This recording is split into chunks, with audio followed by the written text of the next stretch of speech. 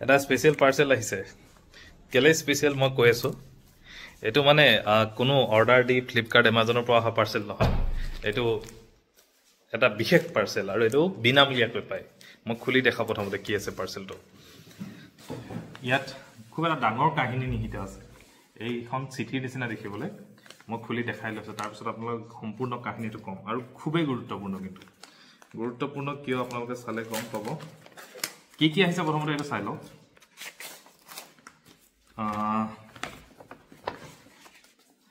এখন লেটাৰ আছে ইয়াতে লেটাৰখন মই দেখুৱাম তাৰ লগতে এটা এনভেলপ আছে এটো এটা এনভেলপ হয় তাৰ পিছত এইটো আছে আচ্ছা এইটো আছে এইটো হল এটা সোয়াপ কিট মানে বুজিছানে এইটো এই যে আমি কৰোনা টেষ্ট কৰিছিলো এনেকে নাকত ভৰাই যে টেষ্ট কৰিছিলো হে টেষ্ট কৰা কিট এটো কিয় আনিছো এটো কি কাম আছে মই কৈ আছো বুজে এই কিটটোৰ আহিছে কৰ পৰা ডিকেএমএছ উই ডিলিট ব্লাড ক্যান্সাৰ অৰ্থাৎ এটো এটা সোয়াপ কিট হয় এই সোয়াপ কিটটো আমি কৰোনা টেষ্টৰ সময়ত যেনেকৈ সোয়াপ কৰিছিলো সোয়াপ লগাই পেলাই এই এনভেলপটোত ভৰাই এই এনভেলপটোত ভৰাই এই কিটটো গুটেইটো ৰিটাৰ্ণ কৰা হ'ব আৰু ৰিটাৰ্ণ কৰাৰ পিছত এটা লিখি দিছে don't forget to send me back মাথা এটো ৰিটাৰ্ণ কৰিবলৈ যাতে নাপাহৰো আৰু ৰিটাৰ্ণ কৰাৰ পিছত কি হ'ব মই গুটে কাহিনীটো কৈছো বুজি লওক আমি জানো যে ওয়ার্ল্ডত এতিয়া যেটো আটাইতকৈ ভয়ানক বেমাৰ বুলি কওঁ আমি ক্যান্সাৰ বেমাৰ আৰু ক্যান্সাৰৰ ভিতৰতো আটাইতকৈ যেটো ভয়ানক ক্যান্সাৰ বুলি যেটো কওঁ হেতু হ'ল ব্লাড ক্যান্সাৰ এতিয়া মানুহ এজনৰ যেতিয়া ব্লাড ক্যান্সাৰ হয় তেতিয়া হলে মানুহজনৰ আটাইতকৈ দৰকাৰী বস্তু এটা হ'ল ব্লাড স্টেম সেলে মানুহৰ ব্লাড প্ৰডিউস কৰে আৰু এটা হেলদি স্টেম সেল মানুহৰ বডিত যেটো থাকে হেতু ব্লাড ক্যান্সাৰ হলে সেই হেলদি স্টেমটো নোহোৱা হৈ যায় যাৰ কাৰণে হেলদি স্টেম সেল বিচাৰে এতিয়া হেলদি স্টেম সেল যেহেতু সেই ক্যান্সাৰ পেশেন্ট গৰাকীৰ নাথাকে গতিকে তেও বেলেগৰ পৰা লব বিচাৰে এতিয়া স্টেম সেল আমাৰ ব্লাডত থাকে আমি দিব পাৰো স্টেম সেল ডোনেট কৰিব পাৰো কিন্তু ইন্টাৰেষ্টিং কথাটো হ'ল স্টেম সেল মেটচ কৰাটো সবতকৈ টান অৰ্থাৎ যিকোনো এজন পেশেন্টৰ যদি ব্লাড ক্যান্সাৰ হয় তেখেতৰ লগত মিলা স্টেম সেল পাবলৈ টান হেতু হয়তো 1 লাখৰ ভিতৰত এজনৰহে মিলিব তেনেকুৱা এতিয়া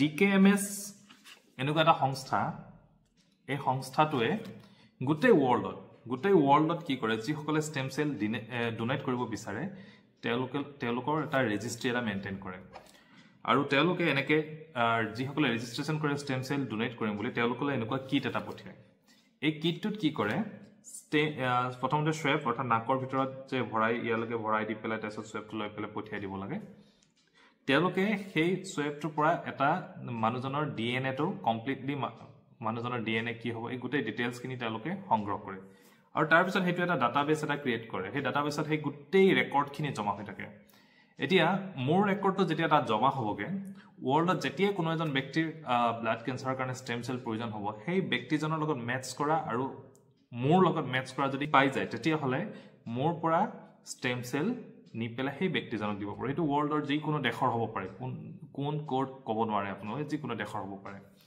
আৰু এটো সম্পূৰ্ণ কোনে কাৰ স্টেম সেল কাক দিছে গম নাপায় কিন্তু আপুনি এনেকে এজন ক্যান্সাৰ পেশেন্টক সহায় কৰিব পাৰে কাৰণ ব্লাড ক্যান্সাৰ এনেকুৱা এটা বেমাৰ যত মানুহে যথেষ্ট ভুক্তভোগী হয় মোৰ নিজৰ খুৰা মই পুতুখৰা বুলি কওঁ পুতুখৰা এনেকুৱা এটা ৰোগতে মৃত্যু হৈছিল আৰু হে মুকু মনত বহুত দুখ দিছে গতিকে আৰু তেতিয়া স্টেম সেল ডোনেট কৰিবৰ কাৰণে মোৰ দেউতাই কৰিম বুলি কৈছিলে কিন্তু দুৰ্ভাগ্যবশত এটো হৈ নুঠিলে আৰু বা মেটচ নকৰিলে হয়তো কিন্তু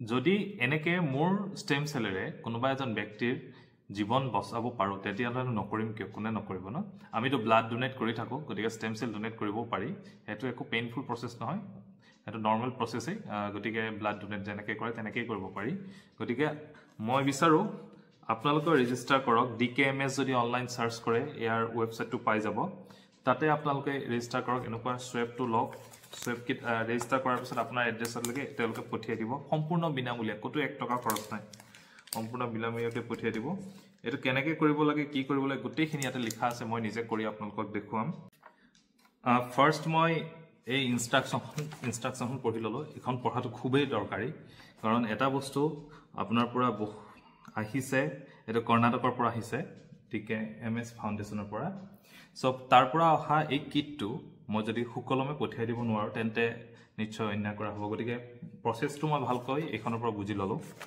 নেক্সট আছে এখন consent letter so consent letter এখন কনসেন্ট লেটাৰ মই গোটেইটো দেখুৱা নাই কনসেন্ট লেটাৰখনত ইয়াতে মই সাইন কৰি দিব লাগিব যাতে মই নিজে দিছো এই কথাটো আৰু তাৰে তেনেকুৱা কপি এটা মোৰ লগতো থাকিব আৰু তাৰ পিছত আহিলে কিট মই কিটটো এতিয়া কৰিম সব কালেক্ট কৰিম কেনেকৈ কৰিব লাগে মই চাও ইনষ্ট্ৰাকচনটো পঢ়িলো এতিয়া মই কৰিবলৈ ট্ৰাই কৰিম ইয়াতে তিনিটা কিট আছে তিনিটা কিট মই ভাবিছিলো নাকত লৈ পেলাই সোয়াবটো লবন কি পিছে নহয় এটো মুখত লয় গতিকে নাকত ভৰাব নালাগে এফালৰ পৰা ভালেই গল সো মুখত কেনেকৈ লয় এটা ইনষ্ট্ৰাকচন দিয়া আছে ফাৰ্স্ট এটা সাইডে যে এনেকৈ ঘূৰাব লাগিব এনেকৈ ঘূৰাই ল'ব লাগে এটা সাইডত চিকৰ পৰা গালৰ পৰা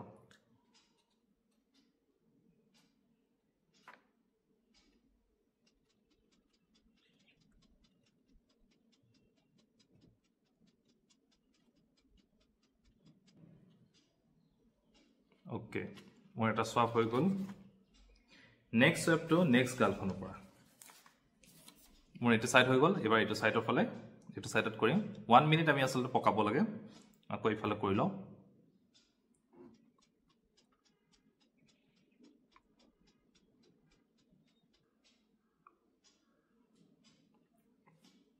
ওকে দুটা সব হৈ গল এই দুটা টাচ কৰিব নালাগে দে সেপাৰেটলি আৰু থাৰ্ড ওয়ান এটো হনমুখ ভাগত এনেকে ওকে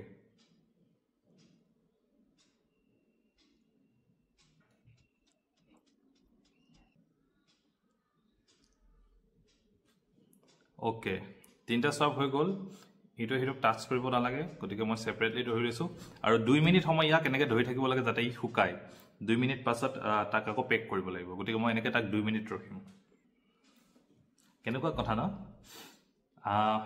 এইটো ইয়াৰ পৰা ললো লৈ পেলাই তেওঁলোকে এইটো কালেক্ট কৰিব তাৰ পিছত এইটো তেওঁলোকে ইয়াৰ পৰা মোৰ এটা প্ৰফাইল বনাব তেওঁলোকে লিখি দিছে যে প্ৰফাইল এটা বনাব which is called যেটোৰ নাম হল HCLA প্ৰফাইল এটা বনাব সো সেই প্ৰফাইলটো তেওঁলোকে ৰেজিষ্ট্ৰিড তেওঁলোকে ৰাখিব গোটে ৰেকৰ্ডখিনি ৱেবসাইটটো মই কৈ দিছো dkms-india.org dkms-india.org এটো ৱেবসাইটত কৰিব পাৰিব যদি আপোনালোকৰ কৰিবলৈ মন আছে তেতিয়াহলে কৰিব পাৰে আৰু মই এটো কমপ্লিটলি কৰিছো খুৰাৰ কাৰণে খুৰাই নিশ্চয় ভাল পাব এটলিষ্ট মই এজন মানুহৰ যদি জীৱন বচাব পাৰো হেতু বহুত ডাঙৰ কথা হ'ব সো মই নাজানো মোৰ এটো দিয়াৰ পিছত এই মোৰ স্যাম্পলটোৰ লগত কাৰোবাৰ কেতিয়াবা মেচ কৰে না নকৰে মোৰ কেতিয়াবা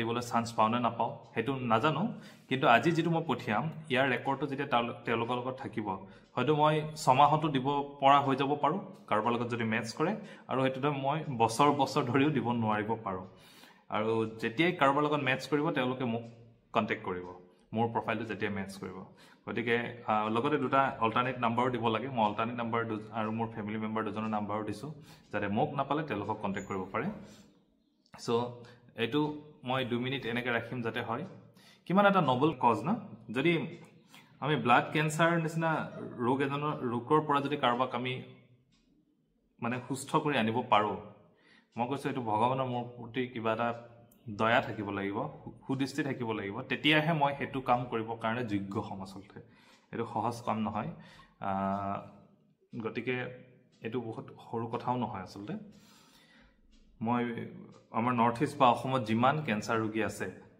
মই জানো তেওঁলোকে বহুত বেছি কি কৰে বহুত বেছি ভুগে মই নিজে বহুত 3-4 জন মান ক্যান্সাৰ ৰোগী মই পাইছো দেখিছো মোৰ ঘৰৰ আশে পাশেও আছিল আৰু তেওঁলোকক দেখি অনুভৱ হয় যে এই ৰোগটো আচলতে সঁচাকৈ কাৰো হ'ব নলগীয়া ৰোগ, কাৰণ ই একফালৰ পৰা মানুহজনক শেষ কৰি লৈ আহে আৰু মানুহজনে ফিজিকেলি কি হয় নাজানো কিন্তু মেণ্টেলি বহুত ভাগি পৰে আৰু সেইকাৰণে এইটো হ'ব নালাগে বুলি ভাবোঁ। এতিয়া মই এই এনভেলপটোত পেক কৰিম।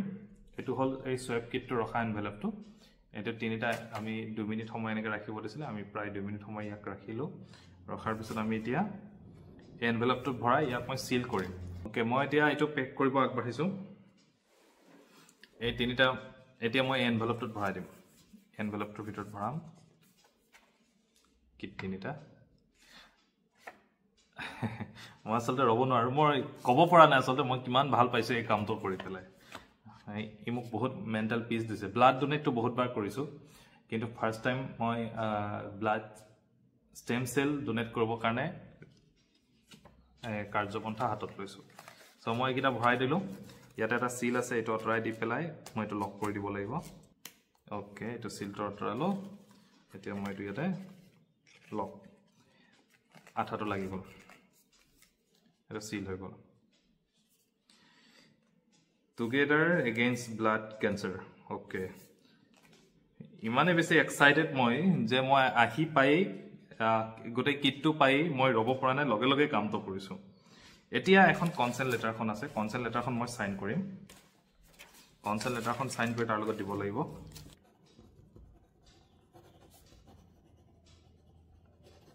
আজি হ'ল 19/11/2025। এইটো মই চাইনটো কৰিলোঁ, এইখন যাতে মই ৰিটাৰ্ণ দিব পাৰোঁ। কিটটো হৈ গ'ল। এতিয়া কনচেণ্ট লেটাৰখন মই লগত দি দিম। ইয়াৰ 2টা কপি আছে, এটা কপি মোৰ নিজৰ বাবে ফৰ ৰেকৰ্ড আৰু বাকী কপিটো মই দি দিম। তাৰ লগতেই ইয়াতে এটা ষ্টিকাৰ আছে, ষ্টিকাৰটো মই এনভেলপটোত লগাব লাগিব, সোৱাব এনভেলপটোত। এইটো মই লগাম। এই বাৰকোডটো মই ইয়াতে লগাই দিম। অ'কে, মই এই বাৰকোডটো ইয়াতে লগাই দিলোঁ। তাৰ মানে এই সোৱাব কিটটো যে মোৰ, এইটো ইয়াৰ পৰা ওলাই যাব। বাৰকোডটো লগাই দিলোঁ। এটা এক্সট্ৰা কোড এক্সট্ৰা দিছে, সেইটো থাকক।